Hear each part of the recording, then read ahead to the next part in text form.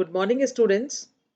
Amino acids, peptides, proteins and nucleic acid chapter में हम amino acids, peptides complete कर चुके हैं और हम आपको जो है प्रोटीन्स पढ़ा रहे थे। पहले भी हम आपको इसके प्रोटीन्स के हम 2 लेक्चर डिलीवर कर चुके हैं आपको, जिसके अंदर कि हमने प्रोटीन्स के बारे में, उनके क्लासिफिकेशन के बारे में आपको जानकारी दी थी। आज हम प्रोटीन्स के स्ट्रक्चर के बारे में बात करेंगे। तो स्टूडेंट्स, प्रोटीन जो है उसका वो हम जो है प्रोटीन जो है हमने जैसे पेप्टाइड्स के बारे में जो जैसे पढ़ा था, तो पॉलीपेप्टाइड्स की डिफरेंट जो चेन्स हैं उनके संयोजन से प्रोटीन्स बनते हैं। ठीक है, तो ये है स्ट्रक्चर ऑफ प्रोटीन्स। तो प्रोटीन्स जो है उनका क्या है कि ये पॉलीपेप्टाइड्स की विभिन्न श्रृंखलाओं के संयोजन से बनते हैं और प्रोटीन के जो मॉलिक्यूल होते हैं वो चार उनके जो है 4 कन्फर्मेशंस होते हैं, यानी वो 4 कन्फर्मेशंस में रहते हैं। तो अब है हम जो है एक के बाद एक इन 4 कन्फर्मेशंस को डिस्कस करेंगे।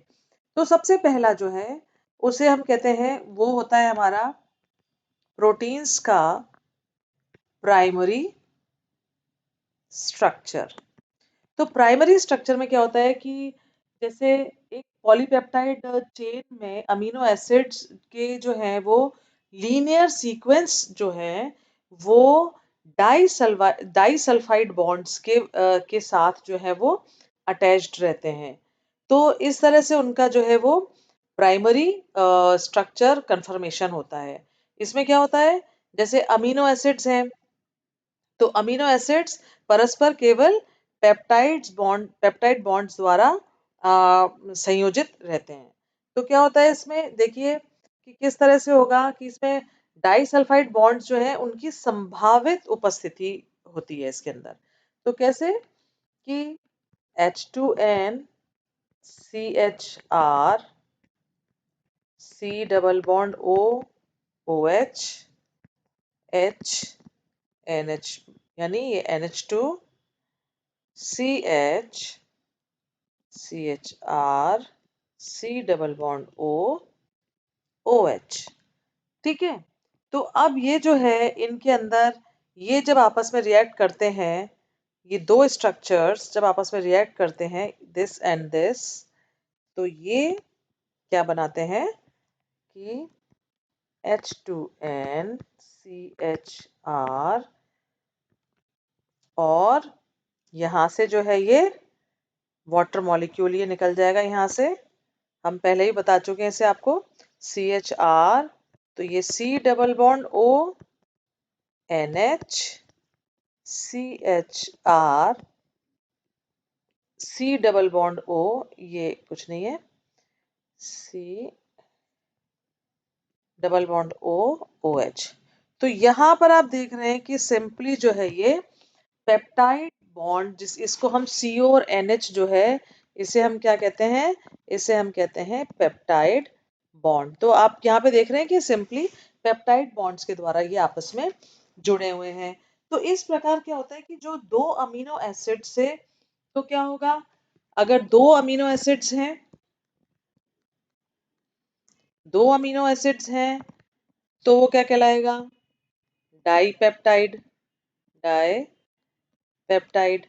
इसी तरह से अगर 3 है तो कहलाएगा ट्राईपेप्टाइड, और अगर 4 है तो टेट्रापेप्टाइड, या आ, बहुत सारे हैं तो उसे हम जो है वो पॉलीपेप्टाइड कहते हैं। ठीक है, तो पॉलीपेप्टाइड इसमें क्या होता है कि अब पॉलीपेप्टाइड में क्या होता है कि आप जो है इसमें एक फ्री अमीनो एसिड होता है। पॉलीपेप्टाइड के अंदर क्या होता है कि एक फ्री अमीनो एसिड वाला जो होता है पॉलीपेप्टाइड में, जिसके अंदर की फ्री अमीनो ग्रुप वाला जो एंड होता है उसे हम क्या कहते हैं? उसे हम एन टर्मिनल कहते हैं, एन टर्मिनल। और जो जो आपका फ्री COH वाला जो एंड होता है उसे हम कहते हैं सी टर्मिनल। ठीक है, तो ये दो टर्म्स हमारे सामने आई कि एन टर्मिनल और सी टर्मिनल। तो इस तरह से जब हम पेप्टाइड की संरचना लिखते हैं तो पेप्टाइड की संरचना लिखते टाइम क्या होता है, जो सी टर्मिनल जो होता है वो तो होता है राइट साइड पर रखते हैं उसको, और इसको जो है हम लेफ्ट एंड पे रखते हैं।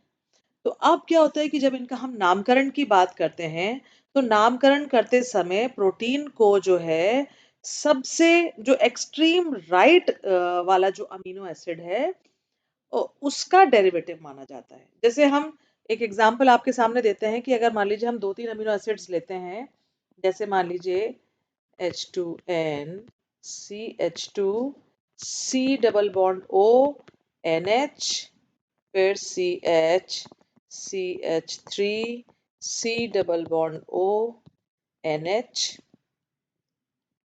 CH CH2 CH CH3 whole twice, और ये है C डबल बॉन्ड O, और ये OH, ये है O।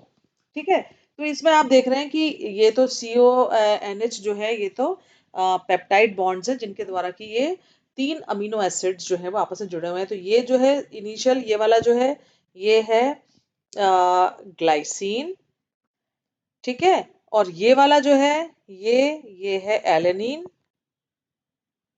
एलेनिन है, और ये वाला जो है ये है ल्यूसीन। तो क्या होता है कि ल्यूसीन सी, तो क्या होता है कि जैसे अब ये तीन हैं, तो अब ये तीन में जैसे एक्सट्रीम राइट पर आप देख रहे हैं ल्यूसीन है, ल्यूसीन। ठीक है, तो एक्सट्रीम राइट पर जो ल्यूसीन है तो इसको ये माना जाता है कि जो पूरा कंपाउंड है ये इस ल्यूसीन का डेरिवेटिव है।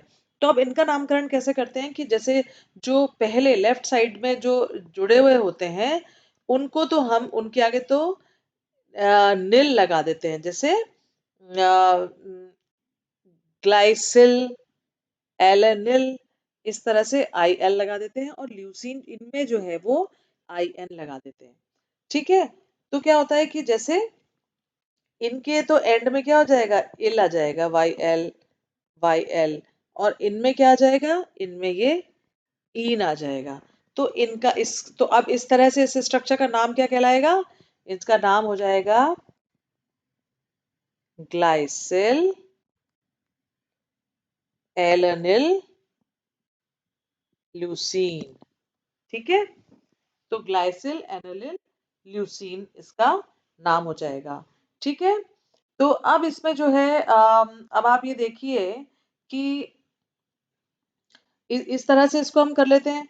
अब ऐसा माना जाता है कि एन अमीनो एसिड्स के जो सीक्वेंस होता है ना, एन खूब सारे जिसके अंदर अमीनो एसिड्स हैं, तो एन अमीनो एसिड के सीक्वेंस में एन चेंज करने पर जो है हम बहुत सारी डिफरेंट डिफरेंट संरचनाएं प्राप्त कर सकते हैं। एक किसी एक प्रोटीन में मात्र एक अमीनो एसिड का सीक्वेंस चेंज करने से उसकी बायोलॉजिकल एक्टिविटी जो है वो प्रभावित हो जाती है। तो इसमें क्या होता है कि एक और जो है माने एक अगर आप एक अमीनो एसिड की पोजीशन भी चेंज कर देते हैं तो क्या होता है कि उनके प्रॉपर्टीज में बहुत बड़ा अंतर आ जाता है। फॉर एग्जाम्पल हीमोग्लोबिन के अंदर क्या होता है कि आप हीमोग्लोबिन का एग्जाम्पल लीजिए, तो हीमोग्लोबिन के अंदर क्या होता है कि उसके अंदर जो है उसके हीमोग्लोबिन उसके प्रोटीन में जो है 574 इतने अमीनो एसिड्स प्रेजेंट होते हैं, अमीनो एसिड्स यूनिट्स प्रेजेंट होती हैं। ठीक है, अब इन अमीनो एसिड्स में से एक अमीनो एसिड में परिवर्तन करने से क्या हो जाता है, जब हम इनमें से एक अमीनो एसिड में भी चेंज ला देते हैं तो उससे क्या हो जाता है कि उससे जैसे जो मनुष्य जो है एक उसमें परिवर्तन करने से क्या होता है, मनुष्य के अंदर जो है एक डिजीज होती है, सिकल सेल एनीमिया डिजीज होती है। ठीक है, सिकल सेल एनीमिया। तो sickle cell anaemia anaemia disease जो है वो हो जाती है। और इसमें क्या होता है कि इस डिजीज के अंदर क्या होता है कि जो मनुष्य के जो रेड ब्लड कैप्सूल्स होती हैं, तो वो हीमो उनके अंदर का उनका आरबीसीज के अंदर क्या होता है कि हीमोग्लोबिन जो है वो प्रेसिपिटेट हो जाता है, और उससे क्या होता है कि सेल जो होता है वो फूल जाता है, और फूल के फट भी सकता है, और फटने से जो है मनुष्य की मृत्यु भी हो सकती है।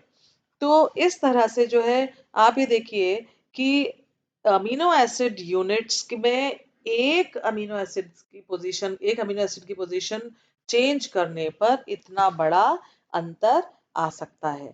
अब क्या होता है, ये जो है इनके जैसे ये अमीनो एसिड्स के डिफरेंट डिफरेंट जो सीक्वेंसेस थे, इसे हमने आपको पहले बताया था कि फ्रेडरिक सेंगर ने इस चीज को ज्ञात किया था।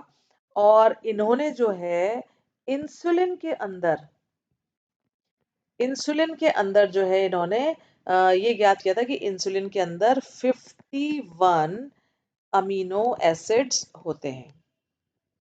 ठीक है, 51 अमीनो एसिड होते हैं, और 51 अमीनो एसिड्स की जो है एक ये जो है पॉलीपेप्टाइड श्रृंखला द्वारा जुड़े रहते हैं।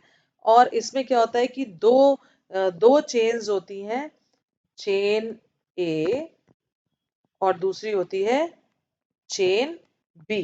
तो चेन ए के अंदर जो है वो 21 अमीनो एसिड्स होते हैं, और चेन बी में जो है वो 30 अमीनो एसिड्स होते हैं। ठीक है, अब ये जो दोनों श्रृंखलाएं होती हैं, दोनों चेन्स जो होती हैं, ये आपस में सल्फर के सल्फर से क्रॉस उसमें क्रॉस लिंकिंग बॉन्ड बनता है। तो क्रॉस बंधन से ये जो है आपस में जुड़ी रहती हैं। जैसे मान लीजिए कोई भी नंबर है इसमें, मान लीजिए आप देखिए अगर ऐसे 1 7 5 12 12 ऐसे करके अगर बहुत सारे वो हैं, 16 ऐसे एंड सो ऑन, इस तरह से 21 तो पहली लाइन में और 30 जो है वो दूसरी लाइन में। तो ऐसे नीचे भी आप देख सकते हैं कि मान लीजिए 9 है, 5 है, 11 है, 12 है। ये इनका एक पर्टिकुलर सीक्वेंस होता है। और मान लीजिए ये 16 है, तो ये क्या होता है कि जैसे ये 16 टू 6 जैसे 16 है, तो ये एस एस और ऐसे, ये इस तरह से सल्फर क्रॉस लिंकिंग बॉन्ड के द्वारा जो है ये चेन ए है और ये चेन बी है। ठीक है, तो ये दोनों जो है आपस में जुड़ी रहती हैं। अब इसमें जो है अमीनो एसिड्स के अंदर जो है आप ये देखिए कि इसके अंदर जो अमीनो एसिड्स इन्वॉल्व हैं इंसुलिन के लिए, वो है glycine, serine, valine, isoleucine isoleucine है, एलानीन है, एलानीन, फिर है थ्रियोनीन। ये नाम मैं इसलिए लिख रही हूँ जिससे कि आपको अगर आप बार बार पढ़ेंगे तो आपको भी नाम जो है बाद में सुने सुने लगने लगेंगे। ल्यूसीन है, प्रोलीन है। ठीक है, एलानीन, थ्रियोनीन, ल्यूसीन, प्रोलीन, फिर है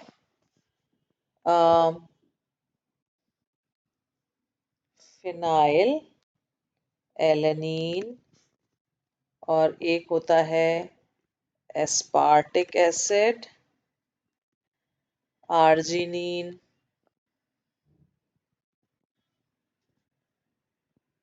टाइसिन, फिर है